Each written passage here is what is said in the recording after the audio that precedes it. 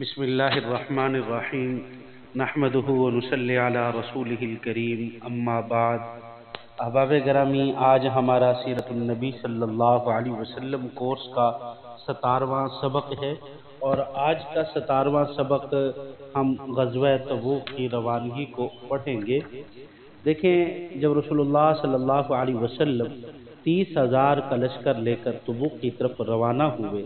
تو راستے کے اندر مختلف واقعات اور مختلف چیزیں پیش آئی ہیں۔ راستے میں آپ صلی اللہ علیہ وسلم قوم عاد و سمود کی بستیوں پر سے بھی گزرے جو قہر الہی کے عذابوں سے الٹ پلٹ کر دی گئی تھی، تو آپ صلی اللہ علیہ وسلم نے حکم دیا کہ یہ وہ جگہ ہیں جہاں خدا کا عذاب نازل ہو چکا ہے، اس لیے کوئی شخص یہاں نہ ٹھہرے، قیام نہ کرے، بلکہ تیزی کے ساتھ یہاں سے لوگ سفر کریں تاکہ ان عذاب کی وادیوں سے جلد بہر نکل جائیں، اور یہاں کوئی پانی نہ پیے، نہ کوئی کام وغیرہ کرے۔ اور رسول اللہ صلی اللہ علیہ وسلم کے راستے میں چند معجزات۔ حضرت رسول اللہ صلی اللہ علیہ وسلم نے دیکھا حضرت ابو ذر غفاری کو کہ وہ سب سے الگ الگ چل رہے ہیں، تو آپ صلی اللہ علیہ وسلم نے ارشاد فرمایا کہ سب سے الگ ہی چلیں گے اور الگ ہی زندگی گزاریں گے اور الگ ہی وفات پائیں گے۔ اور پھر ایسا ہی ہوا کہ حضرت عثمان غنی رضی اللہ تعالی عنہ نے اپنے دور خلافت میں ان کو حکم دے دیا کہ آپ ربضہ میں رہیں۔ ربضہ ایک جگہ کا نام ہے کہ آپ اپنی بیوی اور غلام کے ساتھ وہاں رہنے لگے۔ جب وفات کا وقت آیا تو آپ نے فرمایا کہ تم دونوں مجھ کو غسل دے کر اور کفن پہنا کر راستے پر رکھ دینا، جب سواروں کا پہلا گروہ میرے جنازے سے گزرے گا تو تم لوگ ان سے کہنا یہ ابو ذر غفاری کا جنازہ ہے، اور ان پر نماز جنازہ پڑھ کر ان کو دفن کرنے میں ہماری مدد کرنا۔ تو سب سے پہلا قافلہ جو وہاں سے گزرا وہ حضرت عبداللہ بن مسعود صحابی رسول کا تھا۔ آپ نے جب یہ سنا کہ یہ ابو ذر غفاری کا جنازہ ہے تو انہوں نے انا للہ و انا الیہ راجعون پڑھا اور قافلے کو روک کر اترے اور کہا کہ بالکل سچ فرمایا تھا رسول اللہ صلی اللہ علیہ وسلم نے، اے ابو ذر تو تنہا چلے گا، تنہا مرے گا اور تنہا قبر سے اٹھے گا۔ پھر حضرت عبداللہ بن مسعود اور قافلے والوں نے ان کو پورے اعزاز کے ساتھ دفن کیا۔ اور آگے ایک منزل پر رسول اللہ صلی اللہ علیہ وسلم کی ایک اونٹنی کہیں چلی گئی تھی، لوگ اس کو تلاش کرتے رہے اور پھرتے رہے، نہ ملی۔ ایک منافق جس کا نام زید بن لسیط تھا، لام صاد کے ساتھ لسیط تھا، وہ کہنے لگا کہ محمد کہتے کہ میں اللہ کا نبی ہوں، میرے پاس آسمان سے خبریں آتی ہیں، مگر ان کو یہ پتہ نہیں کہ وہ ان کی اونٹنی کہاں ہے۔ تو رسول اللہ صلی اللہ علیہ وسلم نے اپنے اصحاب سے فرمایا کہ ایک ایسا شخص ایسا کہتا ہے، حالانکہ خدا کی قسم اللہ تعالیٰ کے بتا دینے سے میں خوب جانتا ہوں کہ میری اونٹنی کہاں ہے، وہ فلاں گھاٹی میں ہے اور ایک درخت میں اس کی مہار الجھ گئی ہے، تم لوگ جاؤ اور اس اونٹنی کو میرے پاس لے آؤ۔ جب یہ لوگ اس جگہ گئے تو ٹھیک ایسا ہی تھا، اور اسی گھاٹی کے اندر وہ اونٹنی کھڑی تھی اور اس کی مہار بھی اسی میں الجھی ہوئی تھی۔ اور آگے جب رسول اللہ صلی اللہ علیہ وسلم تبوک کے قریب پہنچے تو ارشاد فرمایا کہ انشاءاللہ کل تم لوگ تبوک کے چشمے پر پہنچو گے اور سورج بلند ہونے کے بعد وہاں پہنچو گے، لیکن کوئی شخص وہاں پہنچے تو پانی کو ہاتھ نہ لگائے۔ رسول اللہ صلی اللہ علیہ وسلم جب وہاں پہنچے تو جوتے کے تسمے کے برابر اس میں ایک پانی کی دھار بہہ رہی تھی۔ آپ صلی اللہ علیہ وسلم نے اس میں سے تھوڑا سا پانی منگوا کر منہ میں آپ نے کلی کی، اور وہ پھر پانی آپ نے اسی چشمے کے اندر ڈال دیا۔ تو لوگوں نے جب اس پانی کو چشمے میں ڈالا ہوا دیکھا تو دیکھا کہ چشمہ زوردار پانی سے موٹی دھار کے ساتھ بہنے لگا، اور 30,000 کا لشکر اور تمام جانور اس پانی کے ساتھ سیراب ہو گئے۔ رسول اللہ صلی اللہ علیہ وسلم نے تبوک میں پہنچ کر لشکر کا پڑاؤ کیا، اور مگر دور دور تک رومی لشکروں کا کوئی پتہ نہیں تھا۔ اور واقعہ یہ ہوا کہ جب رومیوں کے جاسوسوں نے کیسر کو خبر دی کہ رسول صلی اللہ علیہ وسلم کا 30,000 کا لشکر لے کر تبوک آ رہے ہیں، تو رومیوں کے دلوں میں اس قدر ہیبت چھا گئی کہ وہ جنگ کی ہمت سے ہار گئے اور اپنے گھروں سے باہر ہی نہ نکلے۔ رسول اللہ صلی اللہ علیہ وسلم نے 20 دن تک تبوک میں قیام فرمایا، اور پھر اس کے بعد رسول اللہ صلی اللہ علیہ وسلم واپس مدینہ کی طرف آپ صلی اللہ علیہ وسلم تشریف لائے۔ مدینہ منورہ رسول اللہ صلی اللہ علیہ وسلم جب آئے، پھر مسجد نبوی میں آپ ٹھہرے، اور نماز فجر کے وقت آپ صلی اللہ علیہ وسلم نے وہاں صحابہ کرام رضوان اللہ علیہم اجمعین کو واعظ و نصیحت کی۔ اور مسجد زرار، دیکھیں منافقوں نے اسلام کی بے خونی اور مسلمانوں میں پھوٹ ڈالنے کے لیے مسجد قباء کے مقابلے میں ایک جگہ تعمیر کی تھی، جس کو مسجد زرار کا انہوں نے نام دیا تھا، اور در حقیقت وہاں مسلمانوں کے خلاف سازشیں ہوتی تھی۔ ابو عامر راہب جو انصار سے میں عیسائی ہو گیا تھا، جس کا نام رسول وسلم نے ابو عامر فاسق رکھا تھا، اس نے منافقوں سے کہا کہ تم خفیہ طریقے پر جنگ کی تیاری کرتے رہو، میں کیسر روم کے پاس جا کر وہاں سے فوجیں لاتا ہوں تاکہ اس ملک سے اسلام کا نام و نشان مٹا دوں۔ تو اس مسجد میں بیٹھ کر اسلام کے خلاف سازشیں اور میٹنگیں ہوا کرتی تھیں۔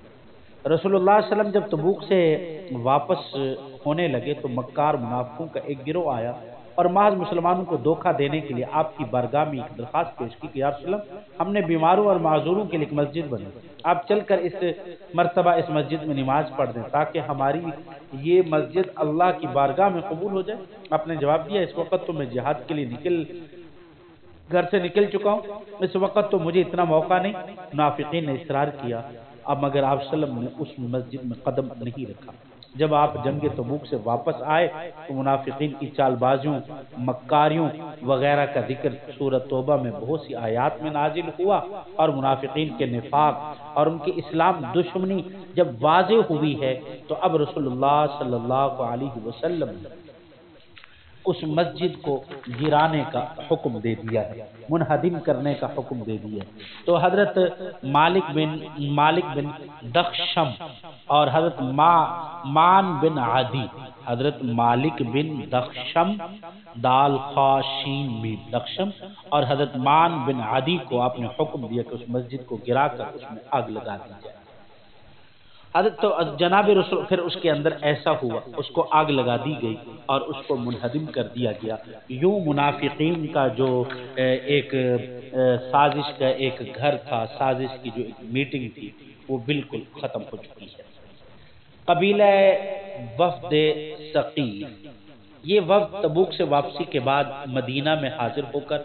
مشرف اسلام ہوا، اور پھر پے در پے وفود بھی باقی آنا شروع ہو گئے، جن کی تعداد 70 تک نقل کی جاتی ہے۔ تو ان میں سے بعض جو قبیلے تھے، ان میں سے قبیلہ بنو فزارہ، یہ پہلے ہی مسلمان ہو کر آپ صلی اللہ علیہ وسلم کی خدمت میں حاضر ہو گیا تھا، اور وفد بنو تمیم آپ صلی اللہ علیہ وسلم کی خدمت میں حاضر ہوئے اور کچھ مکالمات کیے، باتیں کی آپ سے، پھر اس کے بعد یہ بھی سب کے سب مسلمان ہو کر اپنے وطن واپس لوٹ گئے۔ وفد بنو سعد بن بکر، اس وفد کے امیر